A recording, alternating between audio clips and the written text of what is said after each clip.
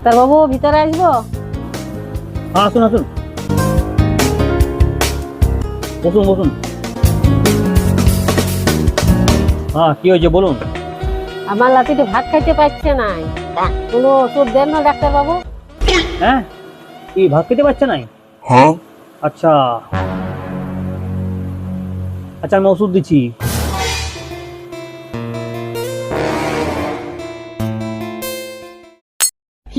হুম, এই তো দিবেন।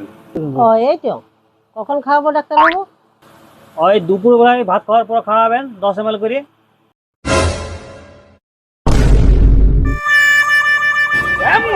এই ডাক্তার ভাতেই খাইতে পারছে না, আর বলছে ভাত খেয়ে ওষুধ খাওয়াবে।